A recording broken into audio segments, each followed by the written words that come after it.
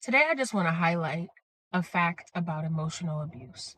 Oftentimes, one may think that emotional abuse is when someone's in your face, arguing with you, chopping you down. But what about the emotional abuse of someone hoovering you behind your back to people that you know when there's been a breakup or there's some negative discord in your relationship and they've gone behind your back to create a positive scene for themselves while talking negatively to you and creating this collective opinion that you have a problem.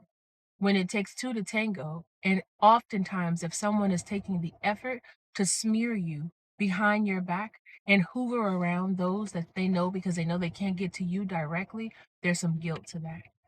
People who have to go out of their way to prove themselves to be correct are oftentimes guilty of what they are projecting on you, or their self-esteem is so low that they need the validation from other people to feel that they are okay. And either way, that is a red flag. Either way, in the bounds of marriage, which is what my channel is about, marriage, relationships, parenting, and all that encompasses under the umbrella of marriage, I caution the spouse, do the spouse that is not involved, the spouse that is being smeared, don't respond. Don't respond.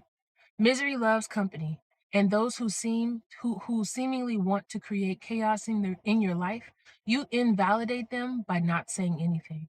But to go and try to defend yourself, to go and try to stand up for yourself against what that person is saying, remember, the people that they're talking to, if they're believing that person, especially if those people are in your family, especially if those people know you before you knew that person and they're siding with them, they're no one that you want on your team anyway. Bye. C'est la vie. Hasta luego. Adios. You don't need them. One thing that a negative person, a toxic person, will do as a benefit or in favor for you, they will expose those people in your lives that don't need to be there. Those people who were not for you anyway. They will expose them by aligning with them. They will expose them by showing you where their allegiance lies. So thank that person inside of yourself. Don't tell them, thank them. Oh, okay. So you siding with my ex person, you siding with this person and that person in my family. Thank you. That's one name I can write off the Christmas list. You dig?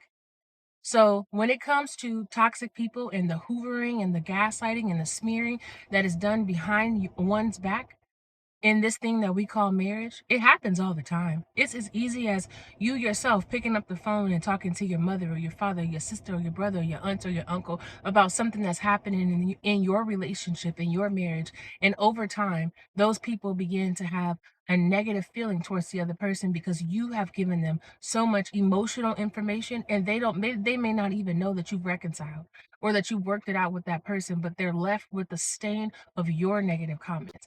That's why I always say, keep your circle small and don't let it be your family that's your accountability partners. It needs to be someone that's outside of your family because the family system needs to be preserved and not biased by opinions that we have shared to someone else on a bad day, on an emotional low day when our tank is low and we just needed someone to quote unquote vent to. Because that's still your family members and they're still tied connected. They're connected to you. You're tied together. So let your accountability partner or whomever it is you speak to be someone outside of your family. Word to the wise. I hope this pill was easy to digest.